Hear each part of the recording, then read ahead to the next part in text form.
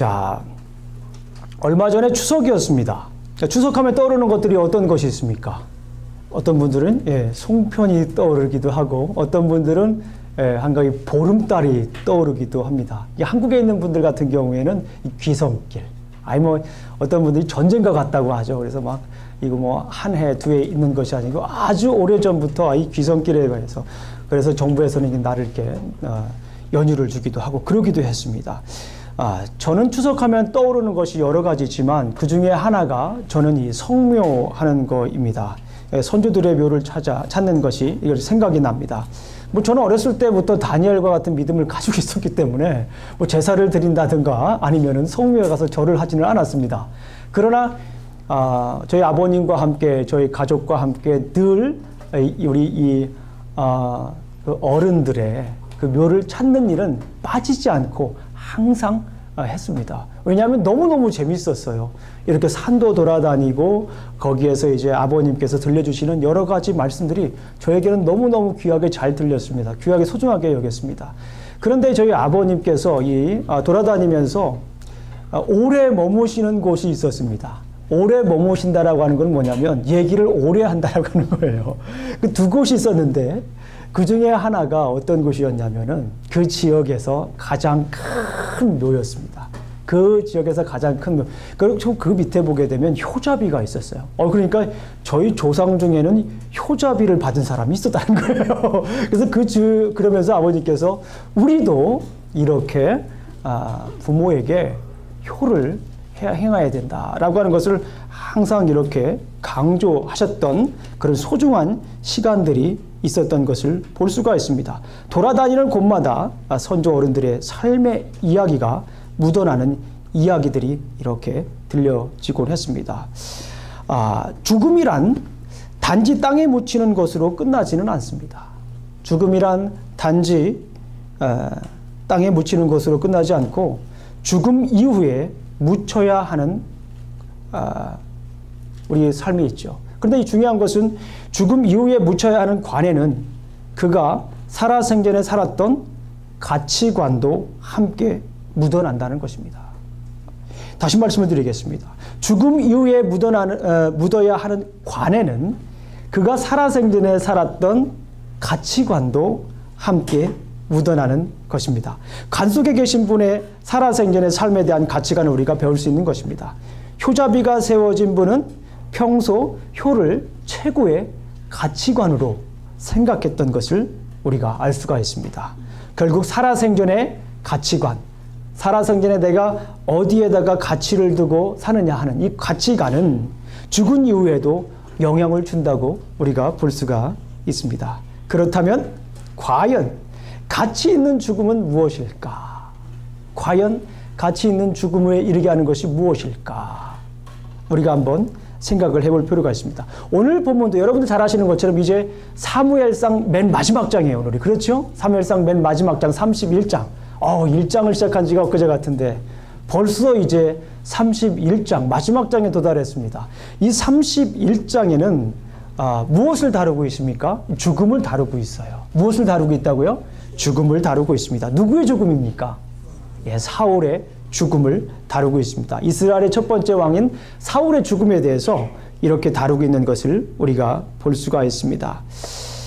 잘 아시는 것처럼 오늘 본문 읽으셨던 것처럼 이제 블레셋이 누구를 칩니까?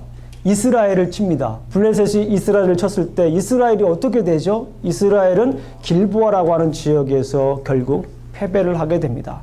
그런데 그 패배가 아주 비참해요. 사울의 아들이 죽습니다. 사울의 아들인 요나단과 아비나답과 또 말기수라고 하는 사람이 죽어요. 먼저 그 모습을 성경은 이렇게 좀 조명한 다음에 그 이후에 어떤 일들이 일어납니까? 이제 활 쏘는 사람이 누구를 쏴요? 블레셋에 활 쏘는 사람이 사울을 향해서 활을 쐈습니다. 그런데 사울 왕이 그 활을 피했을까요? 아니면 맞았을까요? 성경에 보니까 맞았다고 써 있습니다. 성경에 보니까 맞았습니다. 그래서 중상을 입고 이제 더 이상 싸울 수 없는 그런 상황이 되었어요.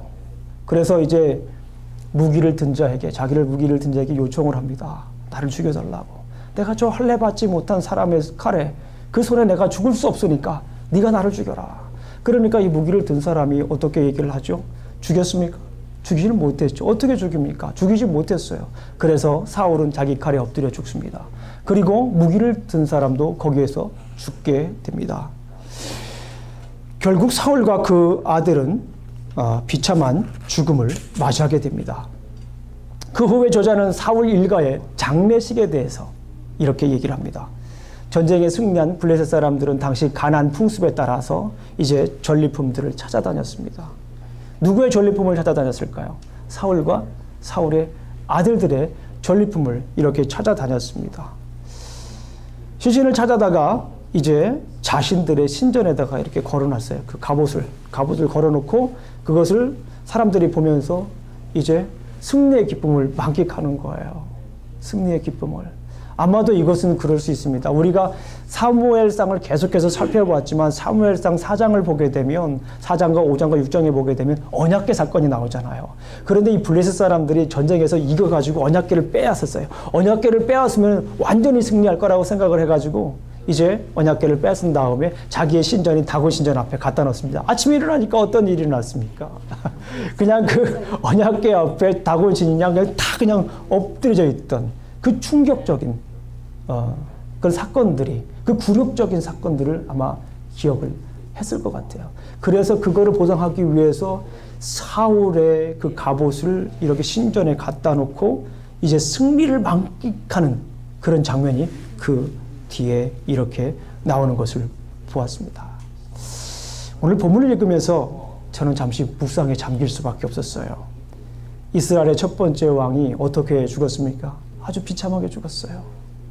그 이스라엘 첫 번째 왕 사울의 죽음 앞에서 자연스레 숙연해질 수밖에 없었습니다. 마음이 많이 아팠어요. 솔직히 말씀드리면 너무 마음이 아파서 막 눈물이 나려고 그러더라고요. 다시 정신을 가다듬고 이 말씀에서 주시는 말씀이 무엇인가? 우리에게 주시는 말씀이 무언가? 다시 한번 보았습니다. 우리에게 주는 말씀이 무엇인가? 한번 살펴보았어요. 이미 살펴보았던 것처럼 사울의 죽음은 비참한 최후를 맞이했는데 그 죽음의 의미는 무엇일까요? 그 죽음이 주는 우리에게 교훈은 무엇일까? 한번 생각해 보았습니다. 그의 죽음은 아까도 말씀드렸듯이 그의 살아생전에 무엇을 말한다고요? 가치관을 말합니다. 다시 한번 말씀드립니다. 사울의 죽음을 보게 되면 그가 살아생전에 가졌던 가치관을 우리가 알 수가 있습니다. 자, 그렇다면 사울의 가치관이 무엇일까? 한번 생각을 해 보았습니다. 그러면서 원래는 사울의 죽음을 생각하면서 성경 역사에서 죽음을 맞이했던 사람들의 모습을 제가 한번 쭉 이렇게 요셉의 죽음, 또 아브라함의 죽음, 또 모세의 죽음, 여호수아의 죽음, 이런 죽음들을 한번 싹 살펴보려고 했는데 그렇게 되면 시간이 너무 많아지겠더라고요. 그래서 제가 좀 줄였습니다. 이 사울에게 포커스를 주자, 사울에게 좀 집중하자, 이렇게 좀 바꿔가지고 사울만 이렇게 좀 살펴보았습니다. 그래서 사울의 가치관이 무엇이었을까? 한번 그러면서 사무엘상에 나와 있는 사건들을 한번 쭉 이렇게 한번 정리를 해보았습니다. 그런데 이 사울의 가치관을 한마디로 딱 요약이 되지가 않았어요. 아침에 목요일날 아침에 설교 원고를 쓰는데 거기서 딱 맞히는 거예요. 여기 한 2페이지 정도에서 딱 막히는 겁니다. 그래가지고 계속 이 말씀을 묵상했어요. 그래도 이게 잘 잡히지가 않아요. 그럴 때 목사는 가장 힘들었습니다. 그래가지고 이 저녁에 나와가지고 여기에서 무릎을 꿇고 기도했습니다. 말씀을 묵상하면서 하나님, 사울이 가지고 있는 가치관을 한마디로 요약하면 어떤 것이었으면 좋겠습니까? 저에게 좀 말씀을 해주십시오. 그래도 이제 기도를 하는데 제 머릿속에 하나 쫙 잡히는 단어가 있었어요. 그 단어가 뭐냐면 사울의 가치관을 잘 설명해 주는 것이었는데 그게 뭐냐면 혼합주의적인 가치관이다. 혼합주의적인 가치관. 다시 말씀을 드리면 제가 여러 번 말씀을 드렸어요. 사사기 후반부와 룻기 말씀을 드리면서 또 사무엘상 초반기 말씀을 드렸는데 이 혼합주의적 가치관. 이것은 뭐냐면 영어로 말하면 syncretism이라고 해요. syncretism. 뭐냐면 하나님도 섬기고 누구도 섬기는 거예요? 우상도 섬기는 거예요. 하나님도 섬기고 우상도 섬기고 얼마나 좋아요. 멋있잖아요. 편리하고 또 하나님도 섬기기 때문에 마음은 안정적이고 그러나 삶은 또 쾌락적인 삶을 살고 얼마나 좋습니까? 당시 이스라엘 백성들의 삶이었어요. 그게요. 그래서 제가 이걸 전문적인 용어로 뭐라고 그랬습니까? 양다리야. 아, 이제 너무 잘하시는 거예요, 이제. 이걸 양다리라고 하는 거예요. 여기도 걸치고, 저기도 걸치고, 이쪽으로 가고 싶을 때는 이쪽으로 딱 가고, 이거 좀 실증나면 이쪽으로 오고, 양다리. 혼합주의. 이거 좀 테크니컬 텀으로는, 예, 전문적인 용어로는 싱크레티즘이라고 합니다. 양다리의 모습을 우리가 볼 수 있었던 것을 봅니다. 그 사사기에 들어졌던 그 양다리의 가치관이 사무엘상에도 계속 드리워주고 있는, 그림자가 드리워주고 있는 상황이에요. 물론 중요한 것은 뭐냐면 다윗이 그 그림자를 걷어냅니다. 예. 다윗 대학에 대해서 그 그림자를 걷어내지만 어쨌거나 오늘 중요한 것은 뭐냐면 사울의 죽음을 사울은 오늘 본문에서 죽음을 맞이하게 되고 그 죽음의 모습은 그의 가치관과 양다리 가치관, 혼합주의적인 가치관, syncretic sense of value라고 하는 이런 그 가치관에 굉장히 가깝다라고 하는 것을 볼 수가 있습니다. 그가 어떤 삶을 살았는지 지금껏 배운 말씀을 토대로 한번 살펴보겠습니다. 긴장하지 마시고 우리가 사무엘상 그동안 쭉 한번 살펴봤기 때문에 어렵지 않을 겁니다. 오늘 마지막 장이니까 한번 이렇게 사무엘상을 정리하는 의미에서 우리 한번 살펴보도록 하겠습니다. 구체적으로 말씀을 드리면 그의 혼합주의적인 가치관은 어떤 것인지 우리가 한번 살펴보도록 하겠습니다. 한번 질문을 드리겠습니다. 이스라엘의 첫 번째 왕은 누굽니까? 네, 한번 그런 걸 물어보시냐고 이렇게 눈빛을 보내주시는데 이스라엘의 첫 번째 왕은 사울입니다. 그러면 이 질문을 드려보겠습니다. 여긴 조금 이제 좀 생각을 하실 겁니다. 그 사울의 지파는 무슨 지파입니까? 아유, 수준이 이렇게 높습니다. 예. 조금 더 어려운 질문 드리겠습니다. 사울의 아버지는 누구였을까요? 여기서 말씀 바로 하셨어요. 네. 네, 기스라고 해요. 예, 키스가 아니라 기스입니다. 네, 기스의 아들이었습니다. 다시 말씀을 드리면 베냐민 지파 기스의 아들이라고 하는 것은 유력한 집안이에요. 요즘 말로 말하면 뭐예요? 금수저. 흙수저가 아니라 나올 때부터 금수저를 가지고 이렇게 나오는 아주 명문가의 자손이다라고 이렇게 말씀을 드릴 수가 있습니다. 이 질문을 또 하나 드릴 거예요. 자, 사울의 외모는 어땠습니까? 누구처럼? 네. 이 질문에는 뭐 멈칫하시죠? 네. 네. 제가 원하는 답은 나오지 않았습니다. 결코 나오진 않았지만 사울은 잘생겼어요. 사울은 외모가 잘생겨서 사람들보다 키도 컸죠. 키도 크고 외모도 잘생기고 성경을 조금 읽어보면 읽는 사람마다 조금씩 다르게 해석할 수 있지만 성격도 겸손하고 온유했다라고 이렇게 볼 수도 있습니다. 아버지의 일은 암나기를 찾아다니다가 어떤 일이 났죠? 기름 부음을 받습니다. 아버지의 암나기를 찾아다니다가 뜻하지 않게 기름 부음을 받습니다. 그리고 돌아가는 길에 하나님의 영이 함께 해가지고 막 예언도 합니다. 이거 감당할 수 없는 일이 막 일어난 거예요. 갑자기 이 사울에게. 그리고 사무엘상을 계속 우리가 살펴보면 알겠지만 이 사울은 용사임에 분명합니다. 잘 아시는 것처럼 오늘 길앗 야베스 사람과도 관련이 있지만 사무엘상 11장을 보게 되면 이 암몬 사람들이 길앗 야베스 사람을 침공해요. 그래서 누가 구해줍니까? 사울이 구해줘요. 사울이 구해주었다는 사실을 알 수가 있어요. 그래서 사울은 용맹한 용사였다라고 하는 것을 알 수가 있습니다. 그 이후에 이제 백성들의 지지를 얻게 되고 그리고 우리가 잘 아시는 것처럼 길갈에서 이제 공식적으로 왕위에 오르는 모습을 우리가 보았습니다. 여기까지는 그래도 괜찮아요. 예. 어쨌거나 누가 뭐래도 이스라엘의 첫 번째 왕입니다. 누가 뭐래도 하나님께서 인정한 공식적인 이스라엘의 첫 번째 왕인 것입니다. 초대왕이죠. 그런데 그가 왕이 되어서 블레셋과 전쟁할 때 이 전세가 좀 불리해졌어요. 전세가 불리해지고 기다리던 누가 알았습니까? 사무엘이 오질 않는 거예요. 그래서 어떻게 하죠? 제사를 드리게 됩니다. 제사를 드린 것도 그러나 괜찮을 수도 있어요. 그런데 여기서 중요한 것은 뭐냐면 나중에 우리가 그 성경 말씀을 이미 살펴보았지만 13장에 살펴보았지만 그 이후에 사울 스스로가 고백을 해요. 내가 부득이하게 제사를 드렸다라고 얘기해요. 거기서 제사를 드린 것 자체가 그것도 사실은 문제가 되지만 더 중요한 건 본인 스스로가 얘기했던 것처럼 내가 부득이하여서 제사를 드렸습니다라고 사무엘에게 얘기를 해요. 이 부득이하여 예배를 드렸다라고 하는 말이 무슨 말입니까? 부득이하여라고 하는 말을 사전적인 의미를 찾아보게 되면 마지못해 했다라고 하는 거예요. 마지못해. 그러니까 지금 사울 스스로가 고백하는 것이 뭡니까? 예배는 드렸음에도 불구하고 어떻게 드린 거예요? 부득이하게 예배를 드린 거예요. 예배는 드렸음에도 불구하고 마지못해 예배를 드린 거예요. 예배를 드림에도 불구하고 어쩔 수 없이. 우리 검사님은 제가 쓰는 말까지 다 기억하거든요. 지금. 어쩔 수 없이 지금 예배를 드렸다라고 이렇게 볼 수가 있습니다. 그 이후에 하나님께서는 하나님의 마음에 맞는 사람을 따로 택했다라고 얘기를 하시죠. 그리고 사울 가문에게 있어서 더 이상 이제 왕이 지도자가 될 사람이 나오지 않게 하겠다라고 이렇게 선포를 하십니다. 자, 그리고 사울은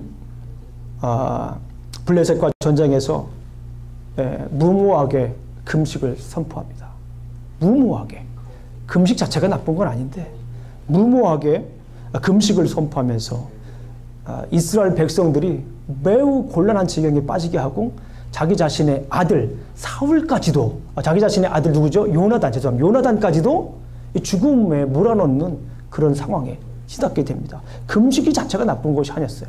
금식을 무모하게 해서 결국에는 이스라엘 자체가 전쟁에서 굉장히 힘들었을 뿐만 아니라 자기의 아들 요나단까지도 죽음에 몰아넣기도 했던 것을 우리가 기억합니다. 그리고 우리가 잘 아시는 내용이 있어요. 사무엘상 15장을 가게 되면 누구와 싸우죠? 아말렉과 싸웁니다. 아말렉과 싸웠는데 거기서는 어떤 일이 났습니까? 사울이 전쟁에 승리했습니까? 패했습니까? 사울이 거기서 승리를 했어요. 하나님의 명령을 따라서 전쟁을 해서 승리를 했는데 하나님의 명령을 지킨 것 같았는데 하나님의 명령을 지켰습니까? 제대로 지켰습니까? 안 지켰습니까? 하나님의 명령을 지키질 않았어요. 어떤 명령이었어요? 진멸하라고 그랬어요. 히브리어로 헤렘이라고, totally destroy 하라고. 완전히 이렇게 다 진멸하라고 했는데 어떻게 했습니까? 좋은 것들은 다 취하고 병들고 쓸모없는 것들은 다 이렇게 죽였던 그 사건을 우리가 기억을 합니다. 그래서 그 사건이 일어났을 때 사무엘이 뭐라고 얘기했습니까? 순종이 제사보다 낫다. Obedience is better than sacrifice. 쉐모아 미즈베ach 토브. 히브리어로 말하면 이 순종이 제사보다 낫다라고 이렇게 얘기했던 그런 모습들을 우리가 볼 수 있습니다. 그 사건 때에 이 사울은 어떻게 하죠? 회개를 합니다. 그 뒤에 읽어보게 되면 회개를 해요. 용서해달라고 회개를 하는데 그 회개를 사무엘이 받습니까? 안 받습니까? 그 회개를 하나님이 받습니까? 안 받습니까? 받질 않아요. 회개를 하는 것 같은데 거기에 진정한 회개가 없다라고 하는 거예요. 회개의 문의는 있는데 진정한 회개의 모습은 거기에 사라져 있다라고 하는 거예요. 그리고 이제 우리가 잘 아시는 것처럼 블레셋과의 싸움에서 왕의 자리에 있었지만 왕의 모습을 지키지 못했을 때에 어린 누가 등장을 합니까? 다윗이 등장을 해요. 어린 다윗이 등장을 하면서 이제 다윗이 믿음으로 골리앗을 물리쳤던 사건을 우리가 기억을 합니다. 이때부터 사무엘상의 카메라 렌즈는 누구와 누구를 컨트라스트합니까? 누가 누구를 비교합니까? 사울과 다윗을 그렇죠. 사울과 다윗을 이렇게 비교합니다. 의도적으로 비교합니다. 카메라 렌즈가. 비교하면서 사울의 삶과 다윗의 삶을 계속해서 비교합니다. 오늘은 사울에 관한 얘기를 하니까 다윗의 얘기를 하지 않고 사울에 관한 얘기를 계속 더 이어서 가도록 하겠습니다. 자, 중요한 것은 뭐냐면 이 다윗이 등장하자 이 사울은 어떤 생각을 합니까? 어떤 마음을 느낍니까? 열등감을 느낍니다. 마음의 열등감을 느껴가지고 왕임에도 불구하고 계속 그 열등감 속에 사로잡혀 있어요. 열등감 속에 누구나 열등감은 가지고 있을 수는 있습니다. 그러나 중요한 것은 뭐냐면 그 열등감 속에 빠져 있어요. 그 열등감 속에서 헤어나지 못하다가 결국에는 어떻게 됩니까? 계속 다윗을 죽이려고 계속 쫓아다니는 그런 모습을 볼 수가 있어요. 우리가 잘 아시는 것처럼 노비라고 하는 지역에서 어떻게 합니까? 제사장 아히멜렉을 죽이고 거기에 사는 제사장들 85명을 이거 참 너무나도 마음 아픈 얘기예요. 85명을 학살하는 그런 장면들을 우리가 볼 수가 있어요. 무엇이 빚어낸 참사입니까? 열등감이 빚어낸 참사예요. 열등감. 왕임에도 불구하고 그 열등감 속에서 헤어나지 못하는 그런 모습을 우리가 볼 수가 있어요. 그리고 전쟁에서 어려움을 당하자 우리가 잘 아시는 것처럼 이 사울은 원래 신접한 여인을 찾는 것을 금했습니까? 허락했습니까?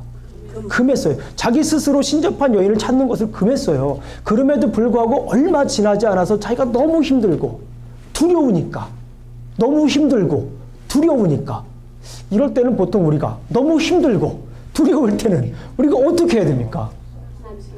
여러분들은 사울보다 나은 거예요. 힘들고 두려울고 이런 열등감이 생길 때는 하나님 앞에 나아가야 되는 게 이게 보통 우리 크리스찬들의 모습이에요. 이게 그리고 하나님께서 우리에게 원하시는 기본적인 이건 뭡니까? 상식이에요. 믿음이 뛰어난 사람이 아니에요.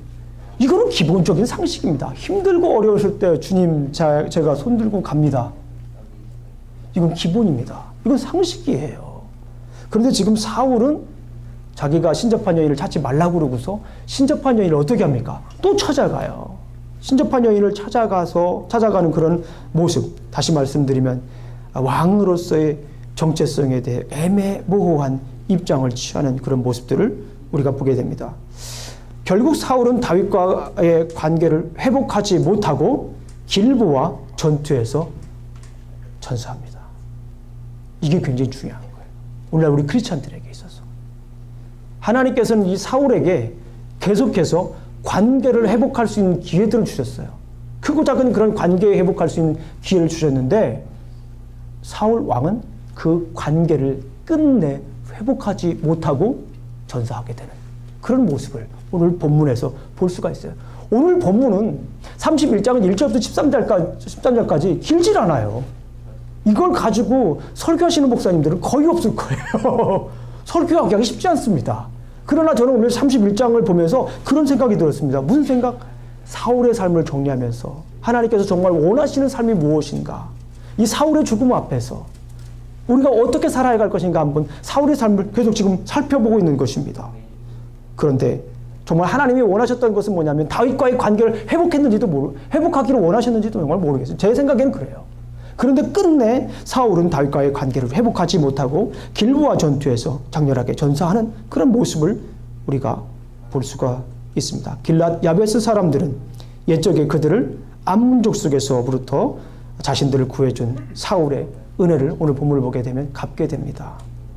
그들은 사울의 시체를 블레셋으로부터 가져다가 에셀 나무 아래에 장사합니다. 아마도 그 이유가 아까도 말씀드렸듯이 11장에 암몬들이 쳐들어왔을 때 길랏 야베스 사람들을 사울이 물리쳤기 때문에 그렇다라고 볼 수가 있습니다.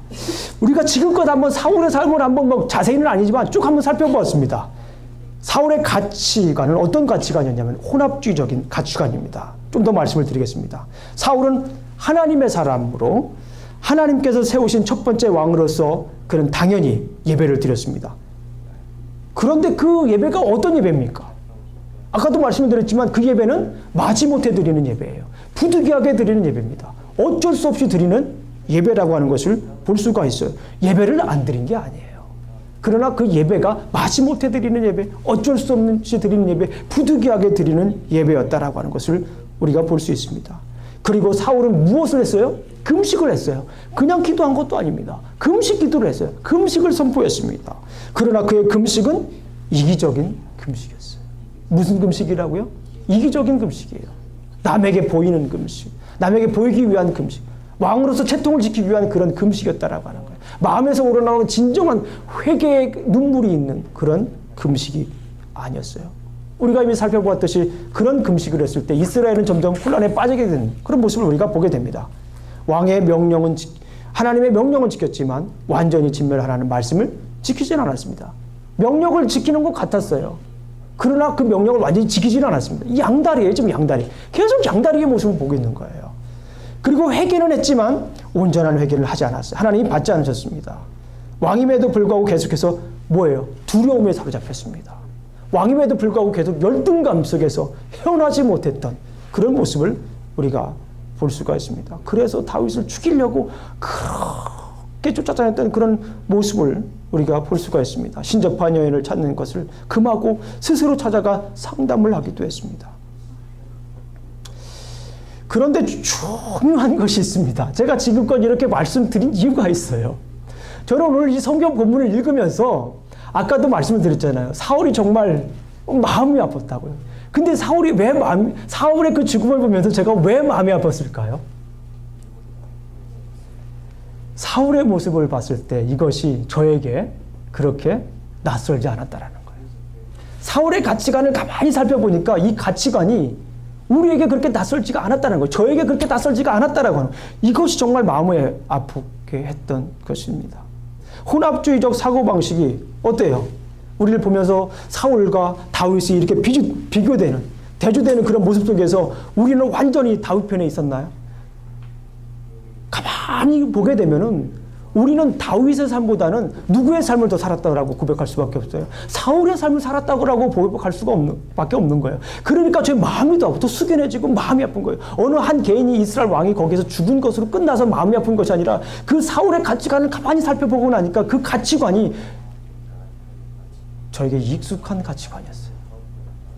어떻게 보면 우리에게 익숙한 가치관이었기 때문에 더 마음이 아프고 더 숙연해질 수밖에 없었던 그런 모습을 우리가 알게 되었습니다. 제가 알게 되었어요. 우리의 삶은 어떻습니까? 한번 여쭤보겠습니다. 우리 성도님들의 삶의 가치관은 어떤 가치관입니까? 혼합주의적인 가치관입니까? 양다리 가치관입니까? 아니면 이쪽 저쪽 가치관입니까? 다 똑같은 얘기네요. 어쨌거나 중요한 거는 피할 길이 없어요. 우리가 살아가면서 최고로 가치를 두는 것이 무엇입니까? 누가 삶의 가장 최고의 가치관입니까? 라고 물어보면 예수님이라고 거의 대답을 하세요. 그렇죠? 예배 드리는 것이 최고입니다 라고 얘기를 하죠. 기도해야죠. 예수님도 우리 살아야 된다고 다 얘기를 하죠. 그러나 우리의 삶을 한번 돌아보십시오. 어떤 삶일까요? 혹 사울과 같은 혼합주의적 가치관으로 일관하시지는 않습니까? 우리의 예배를 한번 살펴보겠습니다. 아까 사울의 예배를 살펴봤잖아요. 그러니까 우리의 예배를 한번 살펴보겠습니다. 주일이기 때문에 예배는 드리지만 마지못해 어쩔 수 없이 드리는 예배가 아닌지 우리가 한번 좀 돌아보기를 원합니다. 부득이하게 드리는 예배가 아닌지 우리가 한번 살펴보기를 원합니다.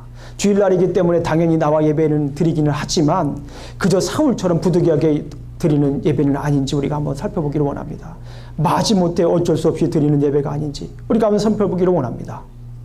하나님을 찾는 예배가 아닌 그저 사람들이 그리워서. 그 이민교회의 가장 큰 특징 중 하나가 뭐냐면 교회가 예배 공동체로 서는 것이 아니라 교제장이 돼버렸다는 거예요. 교제장, 사교회장. 사람이 그리우니까, 먹을 것이 그리우니까, 정이 그리우니까. 그래서 교회 나오는 것도 좋아요. 그게 나쁘다는 건 아니에요. 그러나 본질적으로 우리에게 중요한 것은 뭐냐면 예배는 무엇입니까? 하나님을 찾는 거예요. 하나님을 만나기 위해서 오는 것이 예배입니다. 사람 때문에 오는 게 예배가 아니에요.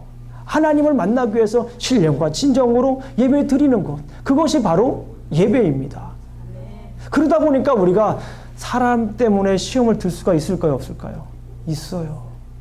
교회 오게 되면 사람 때문에 시험 들 수밖에 없어요. 왜냐하면 우리가 자라나오는 환경도 다르고 추구하는 것도 다르고 쉽게 말씀드리면 가치관도 다르고 말의 방법도 틀리고 대화하는 방법도 틀리고 그렇잖아요.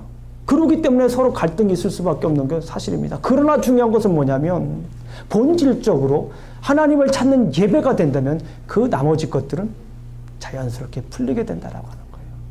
중요한 것은 뭐냐면 사람들과의 관계가 나쁘다라고 하는 것은 뭐냐면 사람들과의 관계가 풀리지 않는다라고 하는 것은 뭐냐면 단적으로 말씀을 드리면 하나님과 관계가 풀리지 않았기 때문에 그렇다라는 거예요. 이게 굉장히 중요한 겁니다. 예배에 성공하고 예배에 하나님을 만나면 다른 사람들이 조금 이렇게 힘들게 해도 그거 넘어갈 수 있어요. It's okay. 내가 품어줄 수 있어요. 하나님의 사랑이 있으면 내가 품어줄 수 있어요. 괜찮아. 그까짓거 뭐 괜찮아 하고 안아줄 수 있는데 내가 하나님과 관계가 올바로 되지 않으면 누가 나한테 살짝만 얘기해도 지나가는데 내 얘기를 이름을 부르는 것 같은데 뭘까? 다 그렇게 쳐다보는거예요. 내 얘기 아는 거 썼을까? 그렇게 되는 겁니다. 하나님과의 관계가 딱 이렇게 딱 맺어지면은 어떻게 돼요? 그냥 당당한 거예요. 누가 뭔 얘기를 해도 까짓거 괜찮아. 뭐 다 하는 겁니다. 예배에 성공해야 됩니다. 아멘. 혼합주의적인, 그러니까 예배에 다른 것들을 구하지 말고 온전히 하나님 말씀 속에서 하나님이 내게 주시는 말씀이 무엇인가, 하나님의 임재의 경험 앞에서 예배의 온전한 의미를 우리가 찾아야 될 줄로 믿습니다. 한번 따라해 보세요. 신령과 진정으로 예배드리자. 우리 사랑하는 성도님들이 신령과 진정으로 예배드리시길 주님의 이름으로 축원합니다. 그리고 이 사울이 금식을 했습니다. 금식을 하는 걸 가만히 이렇게 살펴보았습니다. 금식을 하면서 하나님께 나아간다지만 하나님의 뜻을 구하는 금식이 아닌 개인적인 사사로움을 채우기 위한 금식이었습니다. 이 개인적인 사사로움을 채우기 위한 금식이라면 이 또한 뭡니까? 양다리예요. 이 또한 양다리입니다. 기도는 하는데, 금식을 하는데 한 40일 금식 기도한 것이 자기의 면류관이 되면 뭡니까? 양다리예요. 안 하니만 못합니다. 내가 왜 금식을 해요? 하나님과 올바른 관계를 맺기 위해서, 하나님의 음성을 듣기 위해서. 금식이라고 하는 단어의 원래 뜻은 뭐냐면 하나님의 말씀을 먹기 위해서 세상 음식을 금한다라는 뜻이에요. 금식을 하려고 하나님의 음식을 많이 먹었으면, 하나님 말씀을 배부르면은 더 겸손해져야죠. 더 품어줘야죠. 그렇지 않습니까? 그런데 왜 금식하고 나서 목이 뻣뻣해지냐고요. 금식 올바로 한 거 아닙니다. 사사로운 무엇이에요? 사사로운 개인적인 욕구를 채우기 위한 그런 금식이라는 것을 우리가 볼 수가 있어요. 기도는 하는데 하나님의 뜻을 구하는 기도가 아니라 개인적인 욕망을 채우는 기도가 된다면 이 또한 뭐가 되는 거예요? 양다리 기도가 되는 겁니다. 양다리 기도. 문의는 기도인데 정작 온전한 기도는 아니라는 거예요. 여러분들, 히스기야가 병이 생겼을 때, 제가 지금 요즘 우리 학생들을 이사야서를 가르쳐요. 이사야서 36장과 39장에는 역사적인 사건들이 들어가요. 그 안에 히스기야 사건이 있습니다. 38장을 보게 되면 히스기야가 병에 걸립니다. 히스기야가 병에 걸렸을 때 어떻게 합니까? 하나님 앞에 뭐예요? 히스기야가 병에 걸렸을 때 어떻게 합니까? 우리 한번 이사야서 찾아보겠습니다. 중요한 말씀이기 때문에. 이사야서 38장. 이사야서 38장입니다.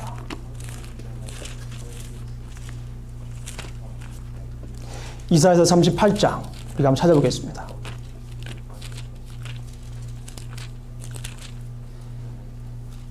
이사야서 38장 1절부터 5절까지 우리가 함께 읽어보겠습니다. 한번 찾아보세요. 이사야서 1013페이지 1013 1013페이지입니다.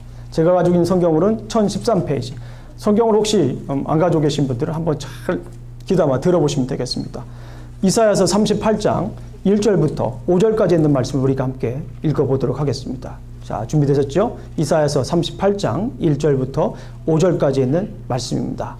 시작. 그때 히스기야가 병들어 죽게 되니 아모스의 아들 선지자 이사야가 나아가 그에게 이르되 여호와께서 이같이 말씀하시기를 너는 내 집에 유하라 내가 죽고 살지 못하리라 하셨나이다 하니 히스기야가 얼굴을 벽으로 향하고 여호와께 기도하여 이르되 여호와여 구하오니 내가 주 앞에서 진실과 전심으로 행하여 주의 목전에서 선하게 행한 것을 기억하옵소서 하고 히스기야가 심히 통곡하니 이에 여호와의 말씀이 이사야에게 임하여 이르시되 너는 가서 히스기야에게 이르기를 내 조상 다윗의 하나님 여호와께서 이같이 말씀하시기를 내가 내 기도를 들었고 아멘.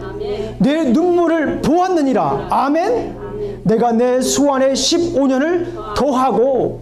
보세요. 지금 기도하는데 어떻게 기도합니까? 간절하게 기도하지 않습니까? 어떻게 기도합니까? 통곡하며 기도하지 않습니까? 진심을 다하여 기도하지 않습니까? 어떻게 기도해요? 눈물을 흘리며 기도하고 있잖아요. 하나님 앞에 진심으로 기도하고 있잖아요. 저는 확신합니다. 하나님께 진심으로 기도할 때, 간절히 기도할 때, 이렇게 눈물로 나아갈 때 하나님께서 반드시 뭐 하신다? 응답하신다. 남에게 보이기 위한 기도는 하나님 들어주시지 않아요. 개인적인 욕구를 채우기 위한 기도 들어주시지 않습니다. 하나님께 진심으로, 하나님께 간절하게 통곡하며 기도할 때, 눈물을 흘릴 때 하나님께서는 그 눈물을 뭐 하신다는 거예요? 돌아보신다라고 하는 거예요. 새벽에 나와서 기도하실 때 눈물을 흘려서 기도하시는 분들이 있어요. 그럼 제가 어떻게 기도할까? 옆에서 그 눈물을 기도 내용을 가만히 들어볼까요? 기도 내용을 듣지는 않습니다. 제가 왜 기도 내용을 듣습니까? 옆에서 뭐라고 합니까? 저도 기도를 해요. 그분을 위해서. 하나님 저 눈물을 보아달라고. 저 기도를 들어달라고. 저 눈물을 보아달라고. 그 기도하는 거예요, 옆에서. 새벽에 나와서 기도하실 때에. 우리가 기도할 때 어떻게 기도해야 됩니까? 무늬만 기도하면 안 돼요. 따라해 보겠습니다. 진리에 진심을 더하면 통한다. 다시 한번 하겠습니다. 진리에 진심을 더하면 통한다. 기도할 때 그냥 기도하지 마세요. 말씀 붙들고 기도하세요. 이게 진리예요. 진리에 진심을 더하면 뭐 한다? 다시 한 번 더 얘기하겠습니다. 진리에 진심을 더하면 뭐 한다? 통한다. 우리의 진리의 말씀을 그렇게 써서 진심으로 하나님께 나아가면 하나님께서 그것을 뭐 하십니까? 반드시 들어주시는 줄로 믿습니다. 아멘. 그리고 여전히 기독교인임에도 불구하고 사울처럼 열등감에 시달리는 분들이 있어요. 이 열등감에 시달리는 분들은 뭐예요? 양다리 그리스도인이에요. 저는 분명히 얘기합니다.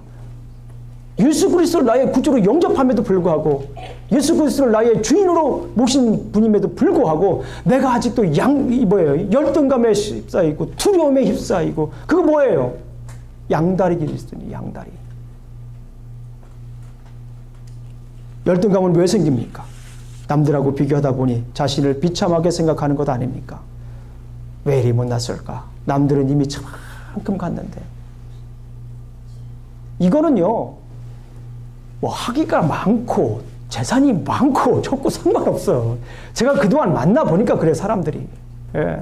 박사학위를 받은 사람들도 남들은 이미 저만큼 가 있대요. 아니 충분히 앞에 가 있어요. 충분히 가 있는데 이미 저만큼 가 있는데 왜 내 이 지경에 내가 이렇게 사냐는 거예요. 제가 막 웃음이 나오더라고요. 그래서 제가 그랬어요. 자주 가고 사시라고. 돌려서 말했습니다. 분명히. 그만 너무 은혜 받아가지고 가가지고 전화를 했어요. 저한테 목사님 너무 감사하다고. 예. 내가 주님을 바라봐야 되는데 내 친구 바라보고 살아가지고 내가 이렇게 됐다고. 아직도 그 말씀을 기억하더라고요. 1년도 넘었는데. 누구나 다 똑같아요. 주위에 있는 사람들. 많고 적고 많이 공부하고 왜 자꾸 남하고 비교하냐고요. 내가 다른 사람하고 비교하면 하나님 마음 생각해 봤어요? 그때? 내가 다른 사람하고 비교해가지고 내가 막 이렇게 막 힘들고 괴로워하고 열등감 속에 가지고 막 그러면 하나님 마음이 어떠실지 한번 생각해 봤냐고요. 예? 해 봤어요? 그것까지는 생각 못 했어요. 그것까지 생각하기 힘들죠. 하나님은 우리를 창조하실 때 어떻게 창조하셨습니까? 누구의 형상대로 만드셨어요? 하나님의 형상대로 창조하셨어요. 누구의 형상대로 창조하셨습니까? 하나님의 형상대로 창조하셨습니다. 그런데 하나님께서 하나님의 형상대로 창조했다는 것만으로도 부족해가지고 에베소서 1장 4절에 보게 되면 하나님께서 우리를 창조하셨는데 언제 창조하셨다고 말씀하셔요? 얘기 좀 해보세요. 이 얘기를 잘 하시네요. 창세 전에. 하나님이 우리를 창조하시는데 창세 전에 창조하셨다는 거예요. 창세 전에, 우리를 만들기 전에 하나님의 사랑의 길이에요, 이게. 하나님의 사랑의 길이. 그러니까 우리를 만들기 전에 하나님께서 우리를 택했다라고 하는 말을 가만히 생각해 보게 되면 우리의 생김새가 어떻든지 상관없이 우리가 가지고 우리의 조건과 관계없이 우리가 어떤 경험을 가지고 있든지 어떤 학위를 가지고 있든지 어떻게 살고 있든지 이 모든 것 다 잡아서 다시 한 번 더 적어하겠습니다. 이 모든 것 다 잡아왔어. 따라봐요, 안 따라하세요? 따라하세요. 시작. 이 모든 것 다 잡아서 창조 전으로 끌고 가는 거예요. 그건 안 하셔도 되는데. 창조 전으로 끌고 가니까 모든 사람들이 하나님 앞에서 뭐 하다라는 거예요? 같다는. 하나님 보시기에는 다 똑같은 거예요. 다. 예. 하나님 보시기엔 다 똑같은 거예요. 스스로 비참하게 여기면 하나님 마음 찢어집니다. 예, 그 생각도 좀 하시고 사세요. 예, 내 생각만 하시지 말고 하나님 생각도 좀 하시라고요. 미국에서 만난 분들 중에 열등감에 고생하는 분들이 의외로 상당히 많습니다. 제가 만난 분들의 그 케이스를 다 설명하지 않아도 여러분 대부분 다 아실 거예요. 열등감이 피해의식으로 발전하고 자기 망상에 빠집니다. 남들은 어떻게 하든지 자기만 옳다고 생각하게 되기도 합니다. 결국에는 이것 모두 다 뭡니까? 양다리 사고방식이에요. 따라해 보겠습니다. 양다리 사고방식. 이게 모두 다 양다리 사고방식이에요. 내가 여전히 하나님의 백성임에도 불구하고 여전히 하나님의 형상대로 지음받았다는 사실을 알면도 불구하고 이렇게 산다라고 하는 것은 양다리예요. 양다리. 자, 하나님께서 우리를 만드시고 하나님께서 어떻게 하셨어요? 우리에게 뭘 주셨습니까? 예, 얘기해 보세요. 우리에게 뭘 주셨어요? 위임 명령을 주셨어요. 제가 뭐 여러 번 말씀드리죠. 에베소서 할 때도 그렇고 성도할 때도 여러 번 말씀드립니다. 창세기 1장 28절 말씀. 그죠? 뭐였어요? 우리에게 무슨 명령을 주셨어요? 통치, 위임, 명령을 주셨어요. 따라해 보세요. 통치, 위임, 명령. 통치, 위임, 명령. 하나님께서 우리를 하나님의 형상으로 만든 것에서 끝난 것이 아니라 하나님께서 우리를 통치, 위임, 명령을 주셨어요. 뭐 하라고? 다스리라고. 무슨 명령이요? 다스리라고. 그럼 우리 다스려야 되는 거예요. 다스려야 되는데 왜 그렇게 열등감 속에 힘들고 어렵고 그렇게 사십니까? 그 하나님 명령을 어기는 거예요. 그러니까 가서 다스리라고 하는 건 뭐예요? 가만히 생각해 보세요. 왜 하나님 나를 이 미국으로 보냈냐고. 어떤 분 뭐 따지는 분 있어요. 왜 저한테 따지냐고요. 왜 제가 뭐 오라고 그랬어요? 아니잖아요. 왜 저 따지? 그런 분들이 있어요. 진짜로. 따지지 마세요.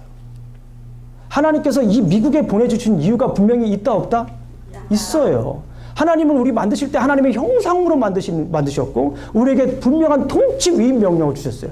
이 미국에 보내주신 건 뭐냐면 우리를 이곳에서 우리를 사용하시려고 이곳에 보내주신 겁니다. 아멘? 이곳에서 우리를 사용하시려고 보내주신 거예요. 뭘로 사용하시려고요? 통치 위임 명령을 지키는 어려운 말은 바이스로이라고요. 네, 부왕으로 우리를 삼아주신 거예요. 통치의 대리자로. 따라해보세요. 나는 통치의 대리자다. 다시 한번 더 크게 한번 해보겠습니다. 나는 통치의 대리자다. 아멘? 다시 한번 더. 이 통치의 대리자를 요즘 현대적인 언어로, 현대적 감각으로 다시 설명을 하면, 해석을 하면 이렇습니다. 나는 하나님께서 나를 선교사로 부르셨다. 아멘? 통치자라고 그러니까 아멘 크게 하고 선교사라고 그러니까 부담스러운가 봐요.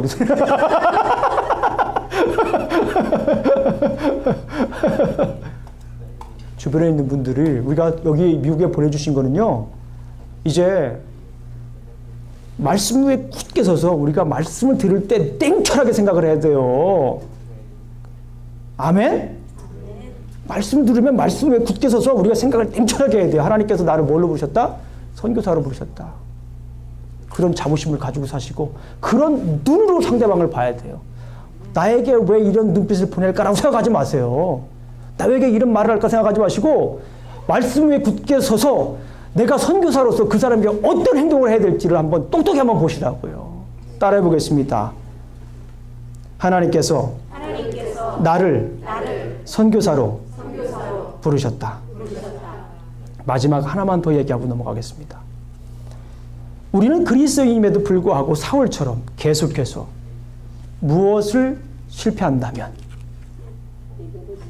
예배는 아까 얘기했으니까요. 네, 관계. 그렇죠. 관계를 실패한다면 이 또한 양다리 그리스도인입니다. 다시 한번 더 말씀드릴게요. 우리는 그리스도인임에도 불구하고 사울처럼 계속해서 관계를 실패한다면 이 또한 양다리 그리스도인입니다. 하나님은 무엇을 원하실까요? 여러분들 잘 아십니다. 제가 더 이상 설명하지 않아도 여러분들 너무나 잘 아십니다. 관계를 회복하시길 원하십니다. 특히 믿는 사람들 사이에서, 교회 안에서, 혹 성도들 가운데 껄끄러운 관계로 오래 남는다면 이 또한 양다리 그리스도입니다. 굉장히 중요한 말씀입니다. 직분과 신앙 연수와 관계없이 분명 양다리입니다. 혹 같은 성도들끼리 껄끄러운 관계로 남아있다면 관계를 빨리 회복하십시오. 가서 내가 먼저 손 내미십시오. 껄끄러운 것이 있다면 해결하십시오. 양다리로 계속해서 산다는 것이 얼마나 비참한 결과를 낳는지 여러분들 잘 아십니다. 목사님 그래요. 상대가 거절하면 어떡합니까? 자꾸 화해하려고 그러는데 자꾸 그냥 뿌리치는데 어떡합니까? 그런 분들이 있어요. 관두면 돼요? 관두면 돼요? 그런 분들이 있습니다. 기도해야 합니다. 기도해야 합니다. 하나님께서 기회를 주세요. 그분을 향해서 계속 붙들고 기도하세요. 그러면 기도할 때 뭐가 나올까요? 침이요. 기도할 때 눈물이 나옵니다. 눈물이 나와요. 눈물이 나와요. 그분을 생각하면 눈물이 나와요. 그럴 때 한번 찾아가 보세요. 어떻게 변했나 그분이. 제 경우 같은 경우는 거의 많이 변해 있어요.